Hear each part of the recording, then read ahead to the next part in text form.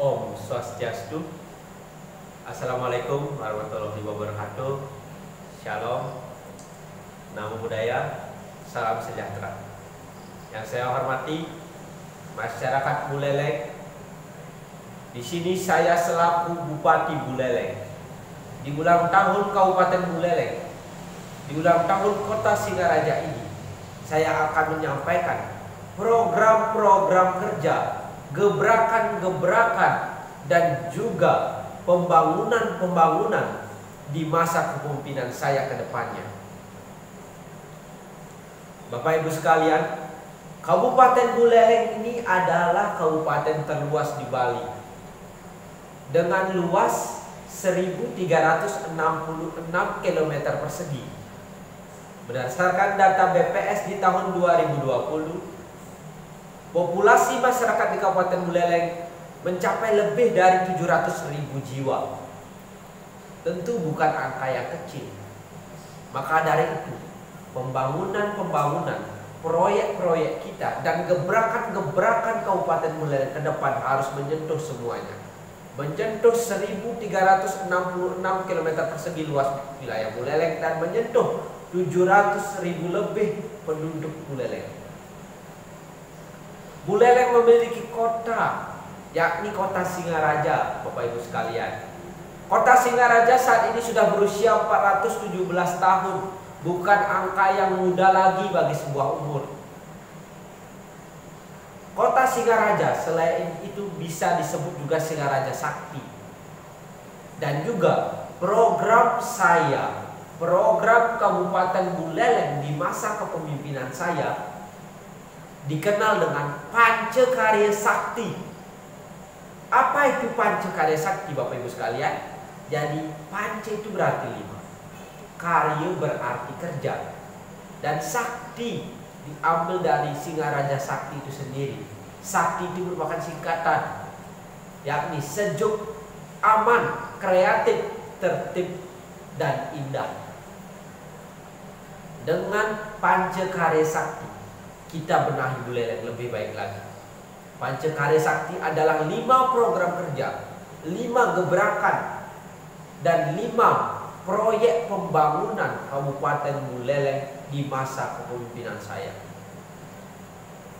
Yang pertama adalah pembangunan insan cerdas dan berkarakter. Di Kabupaten Buleleng, kasus-kasus kekerasan terhadap anak masih sangat marak. Mulai dari penelantaran anak hingga kasus pelecehan seksual terhadap anak. Di tahun 2020 terdapat 20 kasus terlapor mengenai pelecehan seksual terhadap anak di Bali. Dan di Buleleng itu terjadi 11 kasus pelecehan seksual terhadap anak di tahun 2020.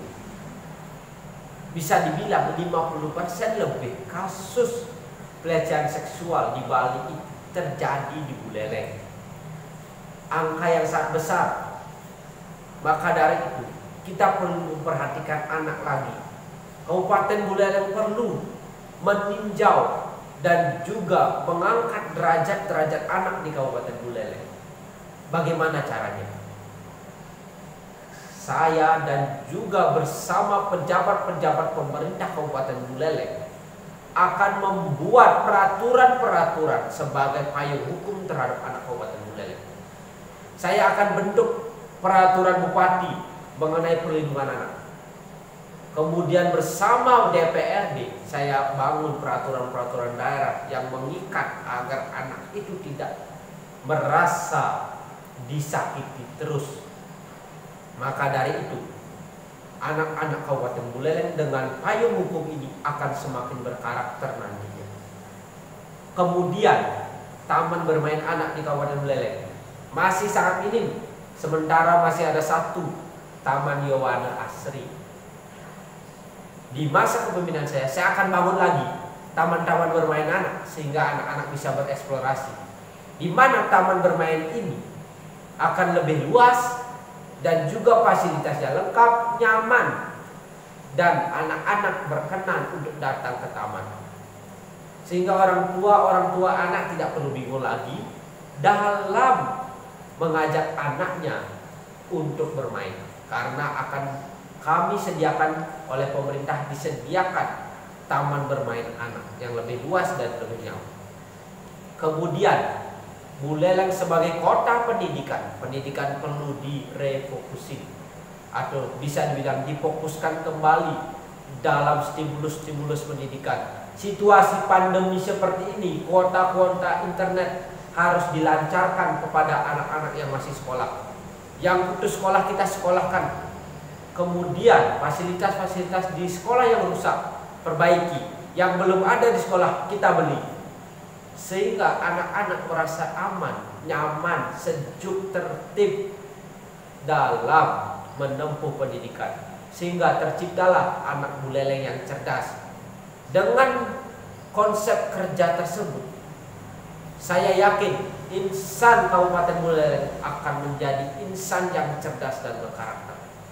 Jadi itu program kerja saya pertama, Bapak Ibu sekalian. Yang kedua, itu adalah desentralisasi pembangunan. Desentralisasi artinya itu lebih menyeluruh kepada wilayah-wilayah dalam pembangunan Kabupaten Buleleng. Tidak hanya fokus ke kota dalam membangun, kita perlu menyentuh pelosok-pelosok. Kita perlu menyentuh satelit-satelit kota, perlu menyentuh desa-desa. Saya akan bagi dana di pemerintahan untuk stimulus pembangunan di desa, stimulus pembangunan di satelit-satelit kota, dan stimulus untuk pembangunan di pelosok-pelosok. Untuk pembangunan apa? Fasilitas untuk masyarakat. Gedung serbaguna contohnya. Tidak semua desa memiliki gedung serbaguna, tidak semua desa memiliki gedung olahraga. Yang belum ada, bangunkan. Dalam masa kepemimpinan saya, semua harus merata, semua harus mendapatkannya. Karena dengan adanya interaksi antar masyarakat, tentunya masyarakat akan semakin sejuk lagi antar satu sama lain, semakin tertib lagi. Tidak ada ketimpangan lagi antara daerah satu dan daerah yang lainnya. Maka dari itu, stimulus anggaran dari pemerintah akan dibagi lebih banyak kepada desa-desa dan satelit-satelit kota. Karena jika fokusnya ke kota, di kota itu sudah banyak bebannya. Maka dari itu kita perlu mengajak daerah-daerah di sekitar Buleleng untuk ikut membangun proyek-proyek pembangunan yang lebih baik lagi untuk masyarakat Buleleng. Kemudian dalam Pancakarya Sakti yang ketiga adalah eksplorasi pariwisata.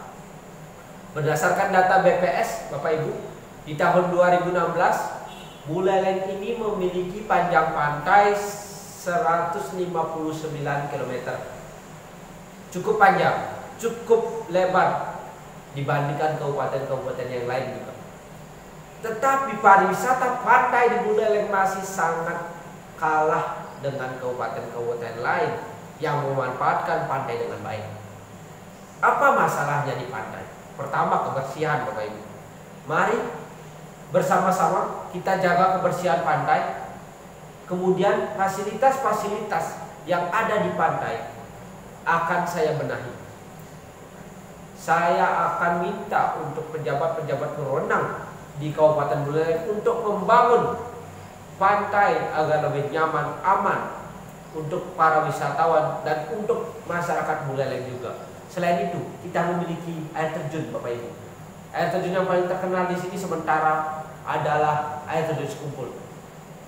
Sedangkan kita memiliki banyak sekali air terjun selain air terjun Sekumpul. Tetapi yang menjadi masalah di sini adalah akses jalan raya. Akses untuk mencapai air terjun itu masih sangat-sangat kurang mumpuni, kurang baik, kurang terjamah. Maka dari itu, stimulus pembangunan terhadap jalan-jalan, terhadap akses air terjun akan kita tingkatkan. Selain itu, Buleleng memiliki wisata kebudayaan, wayang wong, Jepula yang punya. Perlu kita eksplorasi, perlu kita perkenalkan kepada masyarakat. Jika tidak, ini akan punah. Kita juga perlu memperkenalkannya pada wisatawan. Bagaimana indahnya, bagaimana bagusnya kebudayaan Kabupaten Buleleng. Jadi yang ketiga itu eksplorasi terhadap pariwisata akan saya tingkatkan. Kemudian yang keempat adalah atensi ekonomi. Jadi di masa kepemimpinan saya juga akan memperhatikan kehidupan ekonomi masyarakat. Pasar-pasar akan saya tata.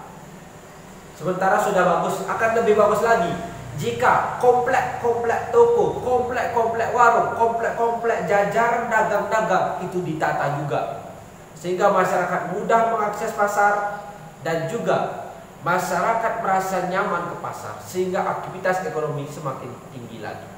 Selain itu, masyarakat Buleleng ini kreatif-kreatif. Industri-industri kreatif akan saya berikan stimulus, sehingga nilai jual terhadap produk-produk lokal akan semakin baik lagi di mata masyarakat, di mata wisatawan, agar ekonomi dan juga aktivitas perekonomian di masyarakat Buleleng semakin bagus lagi. Dan yang kelima adalah akselerasi antara birokrasi dan demokrasi. Apa yang menjadi maksud dalam birokrasi dan demokrasi? Bapak Ibu sekalian mungkin pernah mengalami dalam perurusan izin, pasti ribet, pasti ruwet, sulit. Maka dari itu di masa kepemimpinan saya akan dipangkas, lebih singkat, agar masyarakat Buleleng itu tidak berpikir banyak lagi. Ngurus surat izin ini cukup ke satu tempat, tidak perlu ke banyak tempat urusannya. Dan juga di masa pandemi ini saya sediakan fasilitas-fasilitas untuk pelayanan online. Dari rumah saja ketik ABCD, kemudian suratnya selesai. Demikian saja, jangan ruwet-ruwet untuk berpikir. Nanti saya buatkan peraturan bupati dalam birokrasi. Kemudian Kabupaten Buleleng akan lebih aspiratif lagi dalam mendengar keluhan-keluhan, saran, kritik. Anak-anak juga bisa ikut. Musyawarah pembangunan, anak-anak akan disertakan, bapak ibu disertakan, orang tua juga disertakan, sehingga dalam membuat kebijakan saya tidak menyeleneh, tidak menyimpang. Kenapa? Karena jika mendengarkan satu pihak saja, mungkin anak-anak ditelantarkan terhadap aspirasinya. Maka dari itu perlu mengajak semua elemen masyarakat. Selain itu, saya akan membentuk satgas pengawasan terhadap korupsi, kolusi, nepotisme atau KKN. Kemarin ini kejadian terekspos di media, ada pejabat-pejabat yang melakukan korupsi.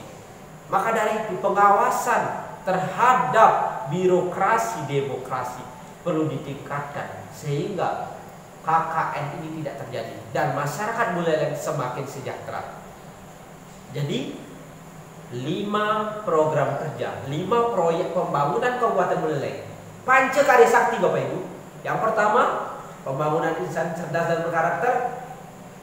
Yang kedua, Bapak Ibu, desentralisasi pembangunan.